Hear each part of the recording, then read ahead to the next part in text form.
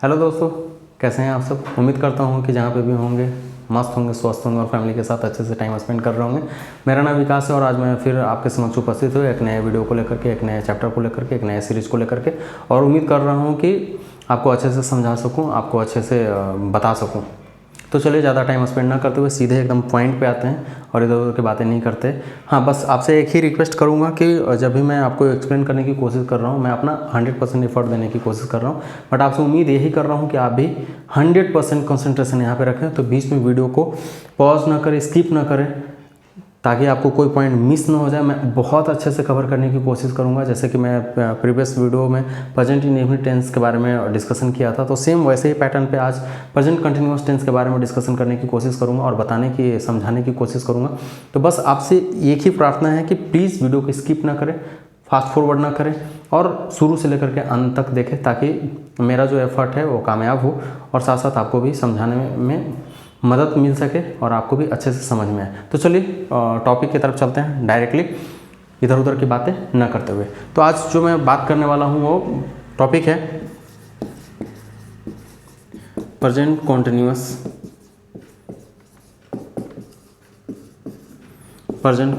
Tense. आज मैं इसके बारे में बात करने वाला हूं और आपको समझाने की कोशिश करूंगा कि इसका फॉर्मुलेशन कैसे होता है, कैसे इसको बनाया जाता है, कैसे इसको ट्रांसलेट किया जाता है। तो उम्मीद कर रहा हूं कि बस आपका कंसंट्रेशन यहाँ पे बना रहे। तो चलिए स्टार्ट करते हैं। प्रेजेंट कंटिन्यूअस टेंस, इसको जो दूसरा नाम बोला जाता है, इसको प्रेजेंट प्रोग्रेसिव टेंस भी बोला जाता है, या इसको प्रेजेंट इम्परफेक्ट टेंस भी बोला जाता है। प्रेजेंट कंटिन्यूअस टेंस को यदि कोई बोले कि प्रेजेंट प्रोग्रेसिव टेंस है या प्रेजेंट इम्परफेक्ट टेंस क्या है, तो आप कंफ्यूज मत होइएगा। ये तीनों एक ही है और नाम अलग अलग हो सकता है, बट काम सेम ही रहेगा, सेंटेंस पैटर्न सेम रहेगा और जो ट्रांसलेशन करने का तरीका रहेगा वो भी सेम ही रहेगा। तो इसमें कंफ्यूज होने वाली बात नहीं है। तो प्रेजेंट कंटिन्यूअस टेंस को हम प्रेजेंट प्रोग्रेसिव टेंस या प्रेजेंट इम्परफेक्ट टेंस भी बोलते हैं। और प्रेजेंट कंटिन्यूअस टेंस का यूज कहाँ पे किया जाता है, यदि ये डिस्कशन करें तो प्रेजेंट कंटिन्यूअस टेंस या प्रेजेंट प्रोग्रेसिव टेंस या प्रेजेंट इम्परफेक्ट टेंस क्यों बोला जाता है। तो यहाँ पे आप देख रहे होंगे कि प्रेजेंट है, कॉन्टिन्यूअस है, टेंस है। प्रेजेंट वर्तमान, कंटिन्यूअस जारी है और टेंस मतलब काल। यहाँ पे भी यदि आप देखें तो प्रेजेंट प्रोग्रेसिव, प्रोग्रेसिव मतलब काम चल रहा है, कंप्लीट नहीं हुआ है। टेंस ऑलरेडी मैं प्रीवियस वीडियो में डिस्कशन कर चुका हूँ कि टेंस मतलब काल होता है। यहाँ प्रेजेंट इम्परफेक्ट, इम्परफेक्ट मतलब क्या होता है, परफेक्ट नहीं हुआ है, अभी काम पूरा नहीं हुआ है, काम जारी है। तो कोई भी सेंटेंस या कोई भी काम जिससे कि काम जारी होने का बोध होता है, तो उसको प्रेजेंट कंटिन्यूअस टेंस में डिनोट करते हैं, या प्रेजेंट प्रोग्रेसिव टेंस में डिनोट किया जाता है, या प्रेजेंट इम्परफेक्ट टेंस बोला जाता है उसको। जैसे कि एग्जाम्पल यदि हम ले तो इसका एग्जाम्पल क्या है, राम स्कूल जा रहा है, सीता गीत गा रही है। एक सिंपल एग्जाम्पल देखो तो इसमें क्या है, राम स्कूल जा रहा है, अभी रुका नहीं हो, अभी कंटिन्यू है, वो अभी स्कूल पहुंचा नहीं है, वो रास्ते में है या कहीं और भी हो सकता है। तो ये बोला जा रहा है कि राम स्कूल जा रहा है। सीता गीत गा रही है, सीता अभी कंटिन्यूटी में है, वो काम कर रही है। तो ऐसे कार्य जिससे कि कंटिन्यूटी का बोध हो, जिसे निरंतरता का बोध हो, या प्रगति का बोध हो, या इम्परफेक्शन का बोध हो, जिससे कि मतलब काम कंप्लीट नहीं हुआ है, तो वहाँ पे प्रेजेंट कंटिन्यूअस टेंस का प्रयोग किया जाता है और ट्रांसलेशन उसी के बेस पे किया जाता है। इनको ऐसे डिवाइड इसलिए किया जाता है ताकि आपको अच्छे से ट्रांसलेट किया जा सके, उसमें दुविधा ना हो, उसमें कोई प्रॉब्लम ना हो। तो ये हो गई प्रेजेंट कंटिन्यूअस टेंस और उसका यूजेज कि जहाँ पे भी निरंतरता का बोध होता है, जहाँ प्रगति का बोध होता है, जहाँ कंटिन्यूटी का बोध होता है, जहाँ प्रगतिशीलता का बोध होता है, वहाँ पे प्रेजेंट कंटिन्यूअस टेंस का यूज किया जाता है। कभी कभी प्रेजेंट कंटिन्यूअस टेंस का एक फ्यूचरिस्टिक टाइप में भी यूज किया जाता है कि मोहन कल जा रहा है, मतलब अभी गया नहीं है, जा रहा है मतलब कि जारी है। तो वैसे टर्म्स में प्रेजेंट कंटिन्यूअस टेंस का यूज किया जाता है जहाँ पे कि कार्य के प्रगति का बोध हो, कंटिन्यूटी का बोध हो, प्रगतिशीलता का बोध हो, या कार्य समाप्त न हुआ हो, कार्य अभी चल रहा है, बीच में है बट कार्य रुका नहीं है, तो वहाँ पे प्रेजेंट कंटिन्यूअस टेंस या प्रेजेंट प्रोग्रेसिव टेंस या प्रेजेंट इम्परफेक्ट टेंस का प्रयोग किया जाता है और उसको उसी टर्म पे ट्रांसलेट किया जाता है। और इसका एग्जांपल मैं ऑलरेडी दे चुका हूँ, राम स्कूल जा रहा है, सीता गीत गा रही है, मतलब कंटिन्यूटी का बोध हो रहा है। अब इसके जो अगला टर्म है वो क्या है, तो इसका पहचानने का नियम क्या है, इसका पहचानने का नियम क्या है, इसका पहचानने का नियम क्या है। कोई ऐसा कोई डेफिनेट तरीका नहीं है कि मतलब ये कहीं लिखा हुआ है कि यही पहचानने का नियम है ऐसा कुछ, बट मोस्ट प्रोबेबली जो देखा जाता है कि 99 या 100% आप देखें उस टाइप का सेंटेंस जब फॉर्मुलेट होते हैं तो प्रेजेंट कंटिन्यूअस टेंस फॉर्म में ही होते हैं। तो इसलिए एक सिंपल तरीका बोलते हैं ना तुक्का, कि ये होएगा तो यही होएगा, ये प्रेजेंट कंटिन्यूअस में ही रहेगा। हम लोग तो गेस करने में बहुत माहिर है ना, हम लोग तो बस शॉर्टकट में ही चलते हैं कि भैया ऐसा चीज़ बताओ कि बस एकदम भेजा में घुस जाए और भेजा से बाहर निकल भी ना करे। भेजा से जहाँ निकला था हाँ तो फिर तोता मैना हो जाता है ना, जैसे एग्जाम में बैठते हैं माइंड एकदम ब्लैंक हो जाता है, ब्लैंक हो जाता है। अरे भैया कहा कि हो एग्जाम में तो गेले ली, लेकिन वहाँ तो बैठते भुला गेली, हम तो पढ़ले तो बहुत अली हम, लेकिन कहा कहियो जैसी गेली एग्जाम में लिखे बस वहाँ पर भुला गेली। तो इस टाइप का हो जाता है। तो इसका जो एक सिंपल तरीका है कि पहचानने का नियम क्या है कि जिस वाक्य या सेंटेंस के अंत में रहा है, रही है, रहा हूँ, रहे हैं आ जाए तो उसे प्रेजेंट कॉन्टिन्यूअस टेंस समझना चाहिए।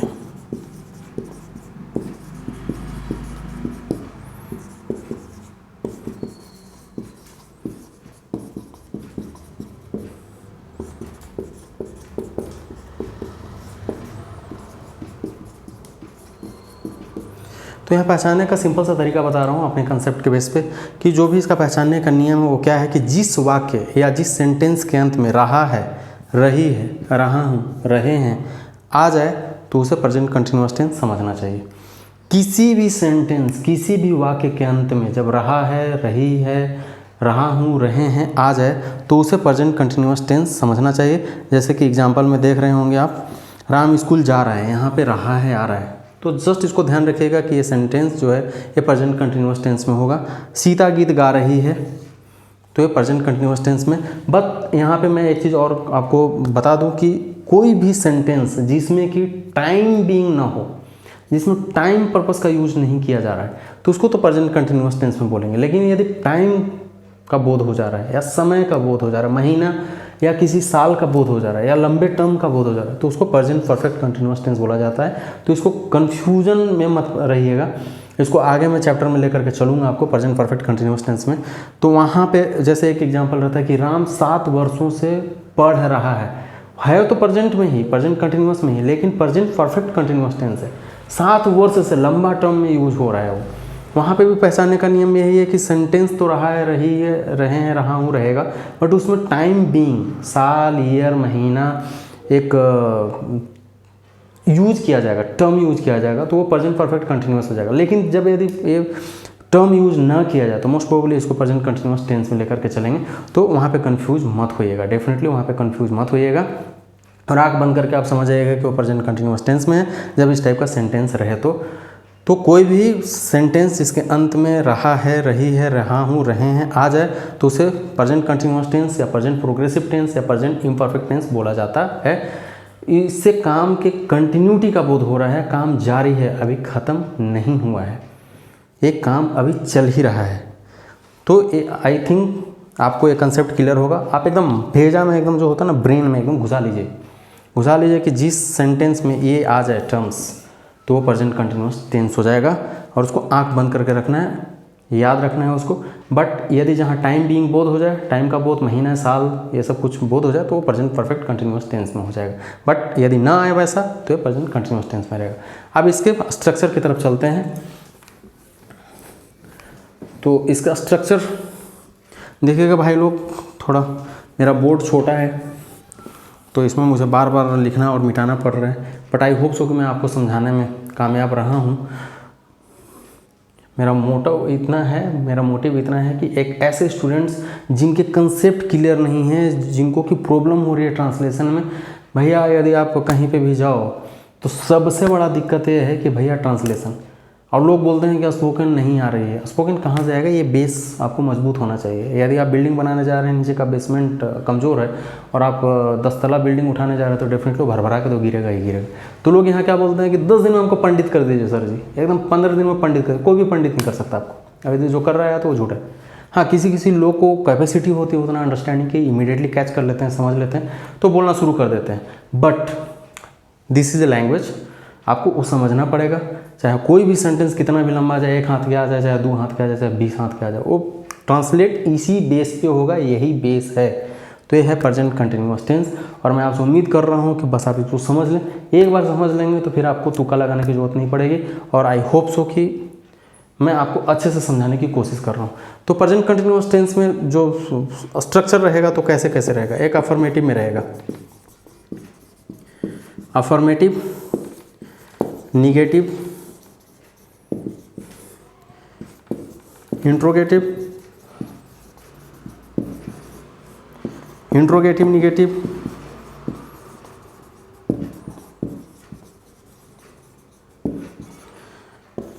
डबल इंट्रोगेटिव,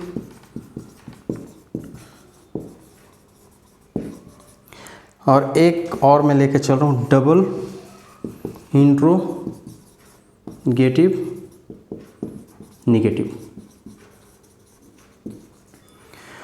तो ये जो प्रेजेंट कंटिन्यूअस टेंस का 6 टर्म में लेकर के चलूँगा। अफर्मेटिव क्या क्या मतलब होता है? सकारात्मक।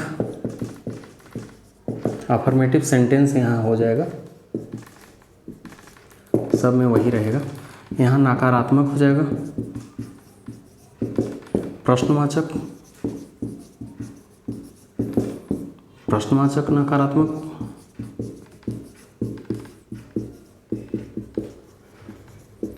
दोहरे प्रश्नवाचक, दोहरे प्रश्नवाचक नकारात्मक। तो यहाँ अफर्मेटिव सकारात्मक सेंटेंस, जिससे कि सकारात्मक आंसर आए, जिससे हाँ का बोध हो, वो अफर्मेटिव सेंटेंस। जैसे राम स्कूल जा रहा है तो यहाँ हाँ का बोध हो रहा है, अफर्मेटिव सेंटेंस इसको बोलेंगे। निगेटिव, जिससे काम नहीं होने का बोध हो रहा है, राम स्कूल नहीं जा रहा है, इसे नहीं जब आ जाए तो वो निगेटिव सेंटेंस में आ जाएगा। तीसरा इंट्रोगेटिव, जिससे प्रश्न पूछा जाता है, जिसे इंट्रोगेट किया जाता है, जिससे प्रश्न पूछा जाता है, तो इंट्रोगेटिव सेंटेंस में आ जाएगा। इंट्रोगेटिव निगेटिव, जिसमें प्रश्न भी पूछा जा रहा है और आंसर ना में आए, जैसे इंट्रोगेटिव निगेटिव, राम स्कूल क्यों नहीं जा रहा है, तो ये प्रश्नवाचक नकारात्मक में आ गया।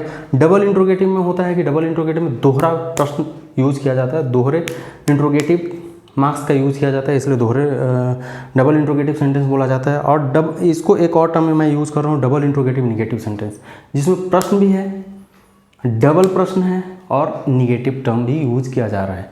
तो आई होप सो कि आपको क्लियर होगी कि अफर्मेटिव नकारात्मक, जिससे कि हाँ का बोध हो, जिसे एकदम आँख बंद करके, जिससे कि हाँ या रिजल्ट ओरिएंटेड बोध हो जाए कि हाँ इससे काम हो रहा है, तो अफर्मेटिव हो जाएगा। जिसे ना हो जाएगा नकारात्मक। इंट्रोगेटिव, जिससे प्रश्न पूछा जाएगा कि राम क्या कर रहा है, तो ये इंट्रोगेटिव हो जाएगा। क्या राम स्कूल जा रहा है, तो इंट्रोगेटिव हो गया। इंट्रोगेटिव, क्या राम स्कूल नहीं जा रहा है, तो यहाँ इंट्रोगेटिव निगेटिव दोनों हो गया, क्या भी है नहीं भी है।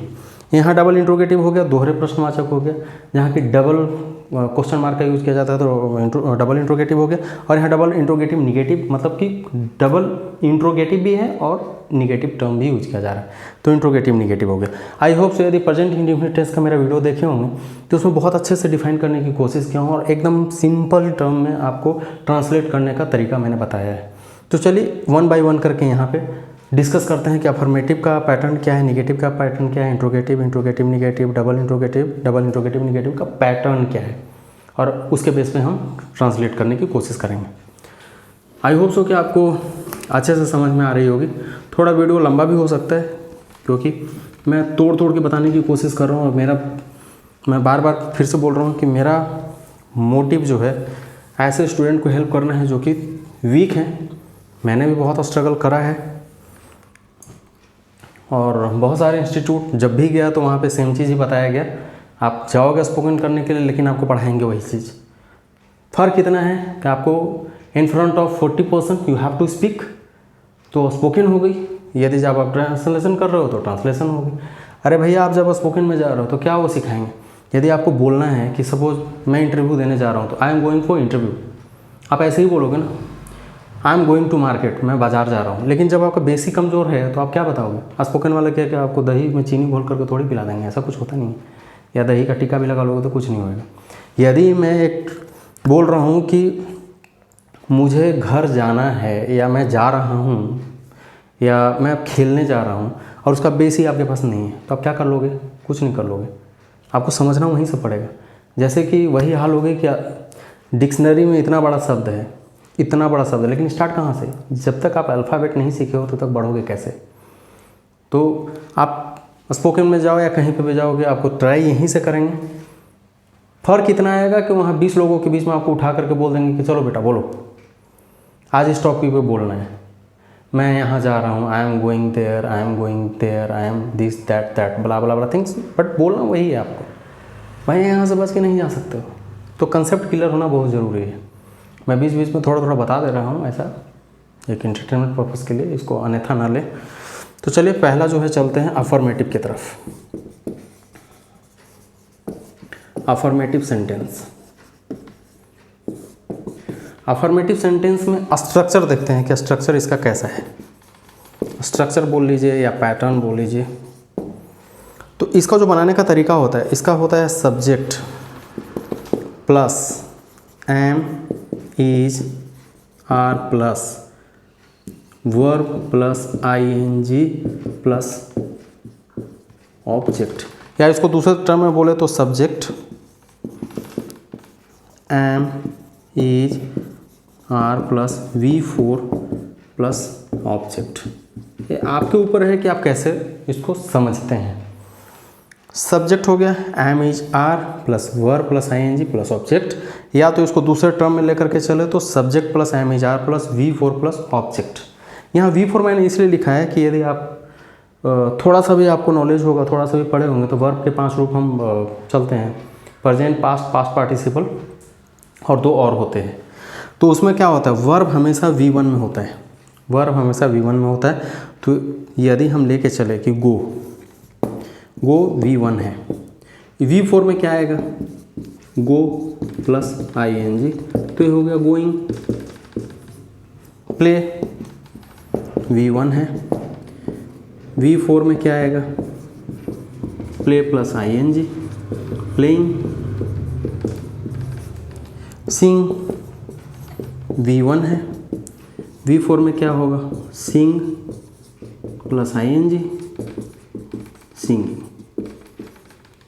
तो आप दोनों तरह से समझ सकते हैं, जो आपको इजी लगे उस पे जाइए। Subject plus am is are plus verb plus ING plus object, subject plus am is are plus verb plus ING plus object, otherwise subject plus am is are plus V4 plus object.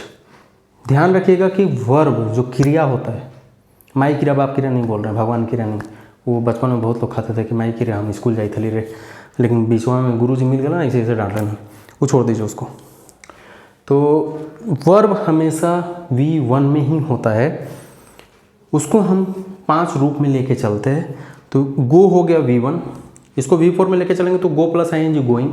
मैंने यहाँ लिखा कि V plus ING, मतलब कि कोई भी verb होगा उसमें आईएनजी जोड़ दीजिए। Go plus ING going. Play V1 है, V4 में प्ले प्लस आईएनजी प्लेइंग हो गया। सिंग V1 V4 सिंग प्लस आईएनजी सिंगिंग हो गया। तो ये वर्ब का रूप हो गया। तो यहाँ आपको रट्टा मारने की जरूरत है कि subject plus am is are plus verb plus ING plus object, या subject plus am is are plus V4 plus object. ये हमेशा वर्ब में आईएनजी जोड़ देना है, जोड़ देना है तो हो जाएगा आपका प्रेजेंट कंटिन्यूअस टेंस। आप जो दूसरा डिस्कशन करते हैं और डिस्कशन ये करते हैं कि एम इज आर का प्रयोग कब करते हैं। आई होप सो कि आपका ये कंसेप्ट क्लियर होगा। Subject plus am is are plus verb plus ING plus object, either subject plus am is are plus V4 plus object, जो आपको इजी लगे उसी के बेस पर पैटर्न बनेगा। अब रहा सवाल कि एम इज आर का कहाँ कहाँ प्रयोग करना है। तो आई के साथ एम, यू वी दे के साथ आर और ही सी इट और एनी नेम साथ ईज का प्रयोग किया जाता है। ये डिपेंड करता है कि आई जब भी रहेगा तो उसके साथ एम आएगा, यू वी दे रहेगा तो आर आएगा क्योंकि प्लूरल में है, और ही सी इट और एनी नेम आएगा तो उसके साथ ईज का प्रयोग किया जाता है। यदि इसको और डिफाइन करते हैं तो इसका डिफाइन क्या होगा वो भी चलिए देख लेते हैं।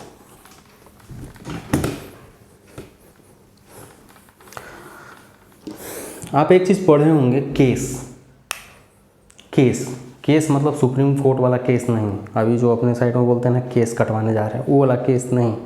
केस एक आप पढ़े होंगे, उसमें होता है सिंगुलर प्लूरल।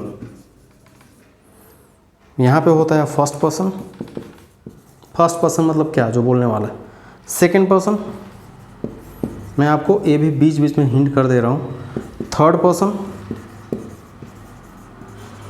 तो जब फर्स्ट पर्सन होता है, जो फर्स्ट पर्सन जो बोल रहा है, तो इसमें सिंगुलर में क्या होता है, आई, मैं। जब प्लूरल हो जाता है तो क्या होता है, वी, मैं, हम लोग। हम लोग मतलब क्या, दो से ज़्यादा लोग हैं वहाँ पे। सेकंड पर्सन यू, तुम, बट ये सेम ही रहता है यहाँ पे भी, प्लूरल तुम लोग। थर्ड पर्सन में क्या आता है, ही सी इट एनी नेम। इसका प्लूरल क्या आ जाता है, दे, वे, लोग। तो जब केस पढ़े होंगे, मैं इसका एक नया वीडियो लेकर के आऊँगा, उसमें अच्छे से डिफाइन करने की कोशिश करूँगा। तो जो सिंगुलर और प्लूरल है, इसका कंसेप्ट भी मैं समझा दे रहा हूँ कि फर्स्ट पर्सन आई के साथ एम, वी के साथ आर, सेकंड पर्सन तुम, यू, तुम लोग, सेम ही रह जाता है वो।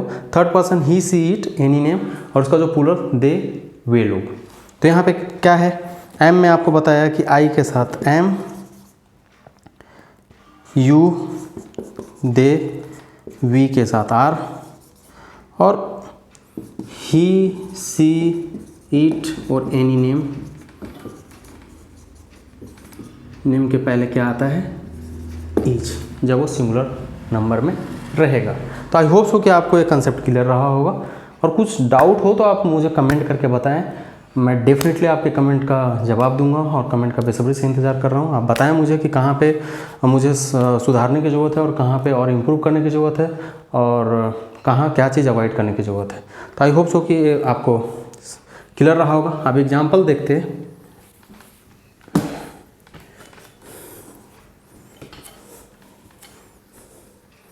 एग्जाम्पल देखते, राम स्कूल जा रहा है। राम क्या होगा, सब्जेक्ट। राम के साथ क्या लगेगा, is, third person. Go plus ING, going, to school.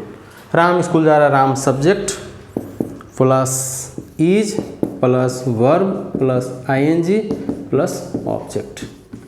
यही तो मैंने आपको स्ट्रक्चर बताया था अफर्मेटिव सेंटेंस में, कि subject plus am is are plus verb plus ING plus object. तो राम स्कूल जा रहा है, Ram is going to school. Sita गीत गा रही है, Sita is singing a song. भैया जो भी वर्ब होगा उसमें आईएनजी लगा दीजिएगा, एकदम जब मारना है वैसा तो ऐसे कर दीजिएगा। V4 याद रहे तो ठीक है, नहीं तो वर्ब प्लस आईएनजी। चाहे वो सेंटेंस इतना बड़ा रहे, चाहे इतना बड़ा रहे, चाहे इतना बड़ा रहे, उसको कोई फ़र्क नहीं पड़ता, बनेगा ऐसे ही। Subject plus verb plus subject plus am is are plus verb plus ING plus object. चाहे वो कितना भी बड़ा सेंटेंस रहे, कितना भी बड़ा लंबा लाइन लगा रहे, बनेगा ऐसे ही, भूलिएगा मत। ये अफर्मेटिव का हो गया। चलिए निगेटिव की तरफ चलते हैं। निगेटिव सेंटेंस का मतलब क्या होता है, जिससे काम नहीं होने का बोध हो रहा है। मैं फिर से रिक्वेस्ट कर रहा हूँ कि वीडियो को पॉज मत कीजिएगा। मैं ईच एंड एवरीथिंग बहुत अच्छे से समझाने की कोशिश कर रहा हूँ, तो आई होप सो कि आपको अच्छा लगे और समझ आए। तो चलिए निगेटिव की तरफ चलते हैं। निगेटिव सेंटेंस, जिससे कि काम नहीं होने का बोध हो रहा है, तो इसका स्ट्रक्चर क्या रहेगा या पैटर्न क्या रहेगा। ये बेस हमेशा क्लियर रखिएगा बॉस, ये बेस क्लियर रहेगा तभी आप स्पोकन जाइए, चाहे कोई भी जाए, कोई भी कोर्सेज कीजिए, आपको चलना यहीं से। मैं बार बार बोल रहा हूँ कि यदि आप हिंदी बोल रहे हैं तो पहले कखारा सीखे होंगे, आ ई सीखे होंगे, तभी आप बोल रहे हैं। ऐसा नहीं है कि कोई आकर के बोल दे कि एक सीढ़ी लगा हुआ ऊपर में चढ़ जाओ, नहीं चढ़ पाइएगा। चढ़िएगा तो भाड़ाम से गिर जाइएगा, और गिर जाएगा तो मुँह ना टूट जाएगा, बत्ती से बाहर आ जाएगा, फिर बोलेगा हमारा तो दांतवा टूट के लग रहा है भैया। तो ऐसा मत कीजिएगा, ठीक है। तो इसका जो पैटर्न है वो है subject plus am is are plus not plus verb plus ING plus object. इसका जो निगेटिव पैटर्न है वो है subject plus am is are plus not plus verb plus ING plus object, या दूसरे तरीका से बोले तो इसका चलेगा subject am is are plus not plus V4 plus object. बस खाली फ़र्क इतना रहेगा कि इसमें नॉट का यूज़ हो जाएगा। तो मैं फिर से स्ट्रक्चर या पैटर्न बता दे रहा हूँ कि subject plus am is are plus not plus verb plus ING plus object. कोई भी वर्ब में आईएनजी लगा देनी है, वो निगेटिव में हो जाएगा। Subject plus am is are plus not plus verb plus ING plus object. Otherwise subject plus am is are plus not plus verb 4 plus object. ये इसका पैटर्न है। चाहे सेंटेंस एक हाथ के रहे चाहे 4 हाथ के रहे, हम बनाएंगे ऐसे ही बनाएंगे और इसी पैटर्न पे ही बनेगा। तो इसको हमेशा ध्यान रखिएगा। और आई होप सो कि आपको यदि सब्जेक्ट ऑब्जेक्ट वर्ब में हो जाए प्रॉब्लम तो आप मेरे प्रीवियस वीडियो को देख लीजिएगा, मैंने उसे अच्छे से डिफाइन किया है। यहाँ पे 2 वर्ब का यूज हो रहा है, एक सपोर्टिव वर्ब है और यहाँ पे ये जो V plus I N G है मेन वर्ब है। इसका भी एक चैप्टर लेकर के मैं आऊँगा। सब्जेक्ट ऑलरेडी मैं बता चुका हूँ कि जिससे किसी काम, जो व्यक्ति कोई काम को अंजाम देता है, जो कोई काम करता है, तो उसको सब्जेक्ट बोलते हैं। ये इसका सपोर्टिव हो गया, ये भी वर्ब है, सपोर्टिव वर्ब है। और ऑब्जेक्ट जिस पे कर्ता का प्रभाव पड़ता है उसको ऑब्जेक्ट बोला जाता है। जैसे राम फुटबॉल खेलता है तो कौन खेल रहा है, राम खेल रहा है। क्या खेल रहा है, फुटबॉल। तो फुटबॉल पे राम का इफेक्ट आ रहा है तो इसको ऑब्जेक्ट बोला जाता है। और भी कोई दिक्कत हो तो मेरे प्रीवियस वीडियोस को देखें, मैं वहाँ एकदम छाँट के पढ़ाया हूँ और एकदम टाइम ले करके पढ़ा रहा हूँ। मुझे कोई भी हड़बड़ी नहीं है, बस आप अपना टाइम दीजिए, बाकी क्लियर कर लेंगे। आई होप सो कि ये कंसेप्ट आपको क्लियर रहेगा। चलिए अब इसका एग्जाम्पल देख के चलते हैं। बुरा मत मानिएगा, बीच बीच में कभी कभी समझाने के पर्पज से मैं बोल देता हूँ। तो इसका एग्जाम्पल लेकर के चलें, एग्जाम्पल लेके चलते हैं। राम को ही पकड़ते हैं। राम स्कूल नहीं जा रहा है। तो मैंने पैटर्न क्या बताया, राम के साथ इज का प्रयोग होगा, not going to school. B, Sita गीत नहीं गा रही है। Sita is not singing a song. Simple. Affirmative आपने पकड़ लिया तो निगेटिव में नॉट लगा देनी है, बात खत्म। बाकी एम इज आर कहाँ यूज़ करना है मैंने बता दिया, ऑब्जेक्ट मैंने बता दिया, सब्जेक्ट मैंने बता दिया, वर्ब बता दिया मैंने। तो दिक्कत क्या है, कुछ हो ना, आंख बंद कीजिए, ठप्पा मार दीजिए, बात खत्म। राम स्कूल नहीं जा रहा है तो यहाँ राम सब्जेक्ट हो गया, राम सब्जेक्ट, स्कूल ऑब्जेक्ट हो गया, नहीं नॉट हो गया। यहाँ पे जा रहा है, यहाँ पे दोनों वर्ब है तो यहाँ पे ए वर्ब हो गया। तो मैंने क्या बताया था कि subject plus am is are plus not plus verb plus ING plus object, either subject plus am is are plus not plus V4 plus object. इसी पे चाहे कोई 2 हाथ के रहे, चाहे 4 हाथ के रहे, चाहे 20 हाथ के सेंटेंस रहे, बनेगा ऐसे ही। भले उसमें कन्फ्यूजन रहेगा कि लंबा लंबा सेंटेंस है, गुरुजी बनाए कैसे, ये तो बहुत बड़ा का एकदम आ गया, हम तो कन्फ्यूज हो गए, कन्फ्यूजिया दिया हमको। बनेगा ऐसे ही। मैथ जैसे पढ़े हैं ना, मैथ 2 + 2 4 ही होता है, चाहे इधर से पकड़े चाहे इधर से पकड़े। तो सेम इसका पैटर्न वैसे ही है। यदि आपको कन्फ्यूजन हो तो और भी लेकर के आऊँगा, थोड़ा वीडियो लंबा हो जाएगा, बट मैं आपसे फिर से बोल रहा हूँ वीडियो की स्किप मत कीजिए, कोशिश कीजिए कि उसको कंटिन्यू करें। और मैं बिल्कुल टाइम कंज्यूम नहीं कर रहा हूँ आपका, और मैं समझाने की कोशिश कर रहा हूँ पॉइंट टू पॉइंट। एक बार क्लियर हो जाएंगे ज़िंदगी में आप नहीं भूलेंगे। तो आई होप सो कि निगेटिव सेंटेंस का पैटर्न आपको क्लियर है। चलिए अब इंट्रोगेटिव की तरफ चलते हैं। मेरा यहाँ पे वीडियो बनाने का मोटिव यही है कि आपके कंसेप्ट को क्लियर कर सकूं। देखिए भैया, बोर्ड मेरा छोटा है, कभी वैसा होगा तो बड़ा बोर्ड ले लेंगे, तो इसको माइंड मत कीजिएगा। मेरा बोर्ड थोड़ा सा छोटा है बट कंसेप्ट बहुत बड़ा मिलेगा। ठीक है, चलिए इंट्रोगेटिव की तरफ चलते हैं। Interrogative sentence. इंट्रोगेटिव सेंटेंस प्रश्नवाचक, जिससे कि प्रश्न पूछा जाता है, जिससे कि प्रश्न पूछने का बोध होता है, जिससे कोई व्यक्ति प्रश्न पूछ रहा है, कोई व्यक्ति उसका आंसर दे रहा है, तो इंट्रोगेटिव सेंटेंस में हो जाता है। इसका स्ट्रक्चर कैसे चलेंगे, इसका स्ट्रक्चर या पैटर्न क्या होगा। हैंडराइटिंग तो मेरा भैया मच्छर का टांग है, तो प्लीज़ हैंडराइटिंग को थोड़ा अवॉइड कीजिएगा। क्या करें, ऐसे हो ही गया, आप सुधारने की कोशिश कर तो हो ही ना पा रहा, क्या करें, लेकिन कोई बात नहीं, मैं ट्राई कर रहा हूँ आपको बताने का। तो स्ट्रक्चर या पैटर्न इसका क्या होगा। अफर्मेटिव निगेटिव हम देख चुके हैं, तो इंट्रोगेटिव में क्या पैटर्न आएगा।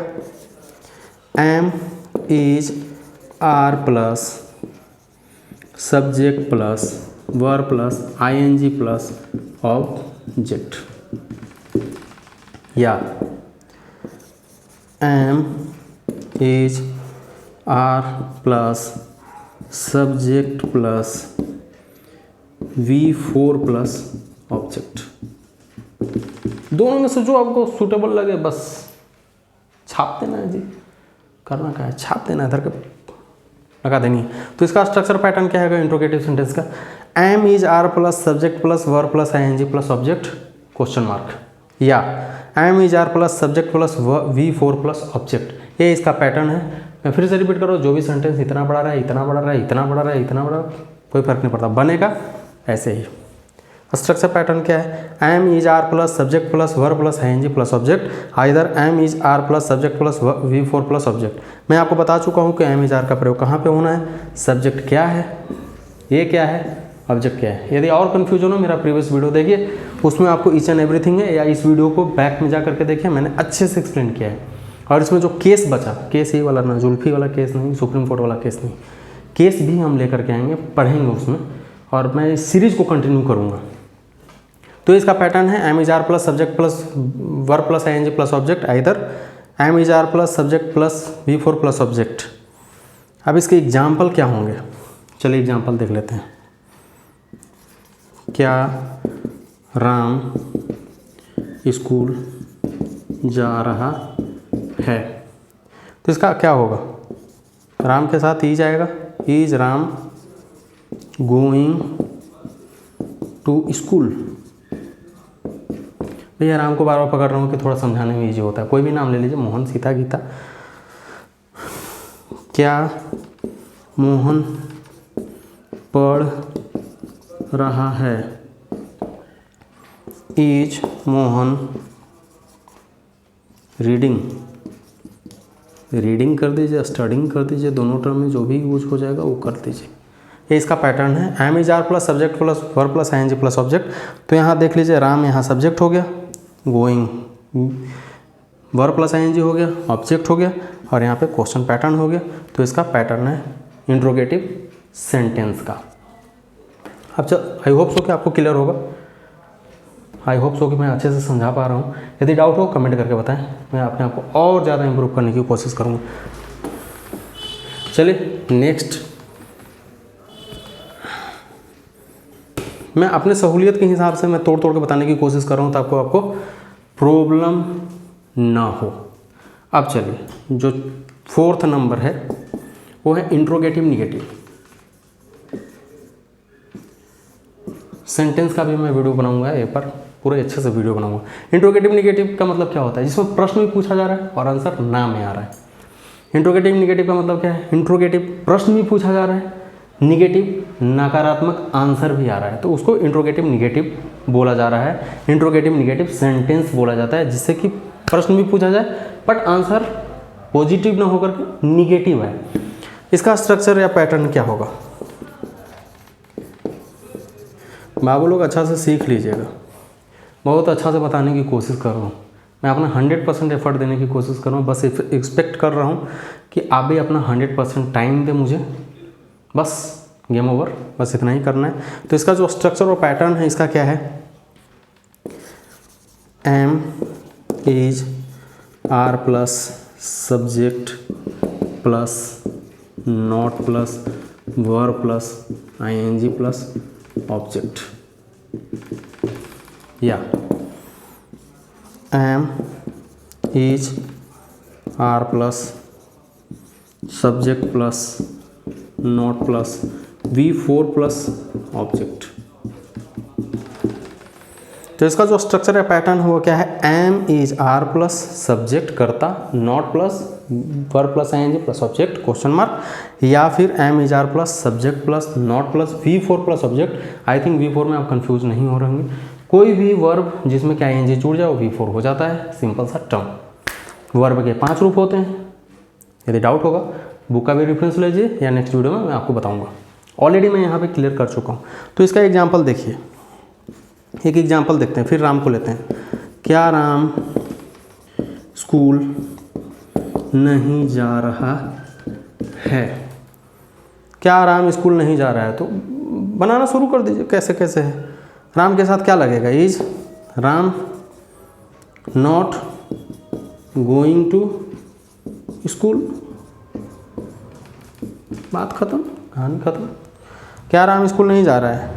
एम इज आर बोला, इज यहाँ आ गया, राम सब्जेक्ट आ गया, नॉट यहाँ में मैंने बोला था, गोइंग V4 स्कूल ऑब्जेक्ट, बात खत्म।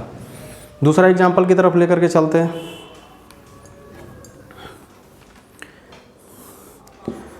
क्या मोहन बुक या किताब नहीं पढ़ रहा है? देखिएगा भाई, हैंड राइटिंग बहुत बुरा है मेरा। Is Mohan not reading a book? तो यहाँ कन्फ्यूजन क्या है, बस am is are plus subject plus not plus verb plus ing plus object, इधर am is are plus subject plus not plus V4 plus object. यहाँ पे भी वैसे मार रहे हैं, इज लग गए हैं, is Mohan subject not reading, तो यहाँ क्या हो गया, इज लग ही गया, सब्जेक्ट हो ही गए हैं, नॉट ऑटोमेटिकली आ ही रहा है, reading V4 plus object question mark. ये हो गया interrogative negative sentence. I hope so कि आपको क्लियर होगी। अब चलिए 5वीं तरफ की चलते हैं। ये कोई ऐसा मतलब सिस्टमैटिक पैटर्न नहीं है, बट अब मैं अपने हिसाब से मैं आपको बताने की कोशिश कर रहा हूँ, जो मुझे समझ में आई, इससे समझने में बहुत आसानी होती है, इसे समझाने में और समझने में और कन्फ्यूज़न दूर करने में बड़ी आसानी होता है। और जहाँ कन्फ्यूज़न दूर हो जाए वहाँ क्या कहना, बात ही अलग है। अब चलिए 5वां जो चलते हैं हम pattern, double interrogative. Double interrogative sentence का क्या मतलब होता है, दोहरा प्रश्नवाचक। दोहरा प्रश्नवाचक इसलिए बोल रहे हैं कि उसमें 2 हम प्रश्नवाचक इंट्रोगेशन का प्रयोग करेंगे, इसलिए हम डबल इंट्रोगेटिव सेंटेंस का प्रयोग करेंगे। इसमें एम इज आर तो हेल्पिंग वर्ब आएगा ही आएगा, हेल्पिंग वर्ब बोल लीजिए, सपोर्टिंग वर्ब बोल लीजिए, और मेन वर्ब तो रहेगा ही, क्वेश्चन मार्क 2 बार होंगे। इसका स्ट्रक्चर कैसा रहेगा भैया, मैं ट्राई कर रहा हूँ कि आपको अच्छे से एक्सप्लेन कर सकूँ, कोई भी हाइड करने की ज़रूरत नहीं है। और बहुत लोग नहीं 4 पढ़ा करके affirmative negative interrogative interrogative negative पढ़ा करके बाकी छोड़ देते हैं, और फिर बच्चा वहाँ पे अटक जाता है, जबकि उस टाइप का क्वेश्चन आ जाता है तो फिर गुरुजी के पास जाता है, गुरुजी ये तो बताए नहीं किए थे, बीचों में कैसे तो आ जाता है, क्योंकि वो बताते नहीं हैं। और मैं भी ये फेस किया हूँ, तो मैं चाहता हूँ कि मैं अपने हिसाब से मैंने इसको ट्राई किया है कि डबल इंट्रोगेटिव का मतलब क्या होता है, इसका जो पैटर्न होगा वो कैसे होगा।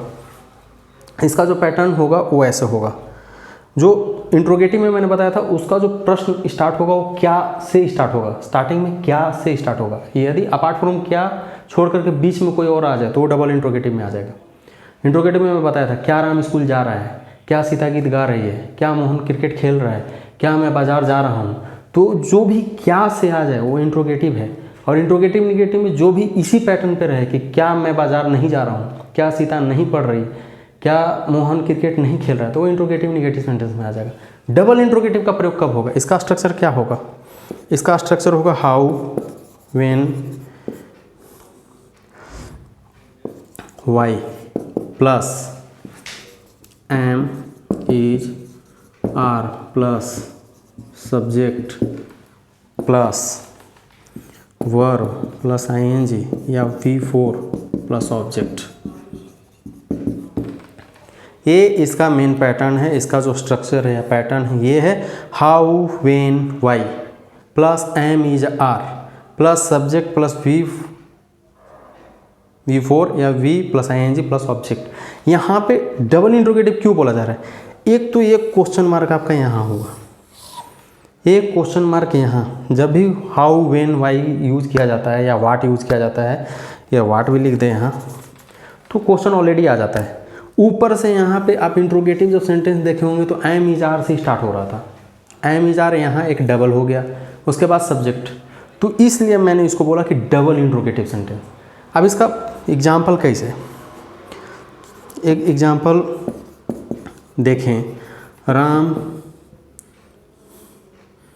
स्कूल क्यों जा रहा है।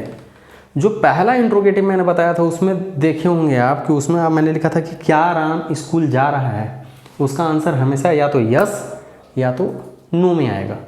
लेकिन उसके बाद यदि जब किसी सेंटेंस के बीच में क्वेश्चन आ जाए, क्वेश्चन मार्क आ जाए, तो डबल इंट्रोगेटिव में चला जाएगा।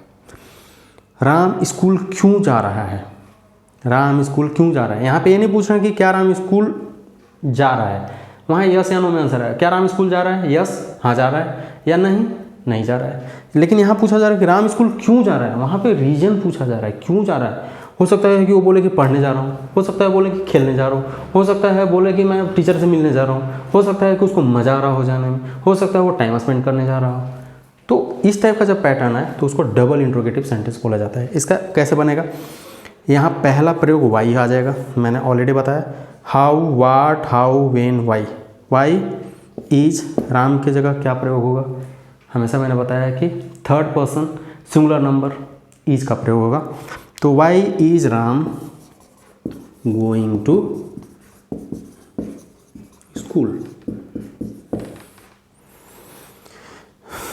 मोहन क्यों रो रहा है, यहाँ रीजन पूछा जा रहा है, वाई इज मोहन क्राइंग। तो जब इस टाइप का सेंटेंस हो, जब कब कहाँ कैसे क्या इस सेंटेंस के बीच में आ जाए, जब इंट्रोगेशन बीच में आ जाए तो उसको डबल इंट्रोगेटिव सेंटेंस बोला जाता है। और इसका बनेगा कैसे, हाउ वाई व्हेन वाट को पहले रखेंगे plus am is are plus subject plus V4 verb plus ING plus object question mark. I hope कि क्लियर होगा। अब जो छठा चलते हैं डबल इंट्रोगेटिव निगेटिव सेंटेंस, मैं इतना दूर ही मिटा रहा हूँ ताकि स्ट्रक्चर फिर से रहेगा। डबल इंट्रोगेटिव निगेटिव मतलब वही है, पैटर्न सेम ही रहेगा, बट उसमें सिर्फ एक ना शब्द जुड़ जाएगा। तो इसका पैटर्न कैसे रहेगा, how when why what plus am is are plus subject plus verb plus ING either V4 plus object,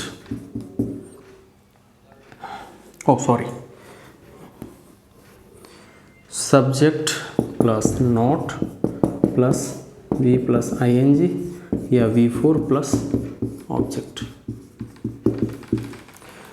इसका पैटर्न सेम ही रहेगा डबल इंट्रोगेटिव निगेटिव में, स्ट्रक्चर पैटर्न सेम ही रहेगा, लेकिन स्टार्ट होगा how when why what plus am is are plus subject plus not plus V4 या V plus ING plus object. Question कैसा रहेगा, राम स्कूल क्यों नहीं जा रहा है,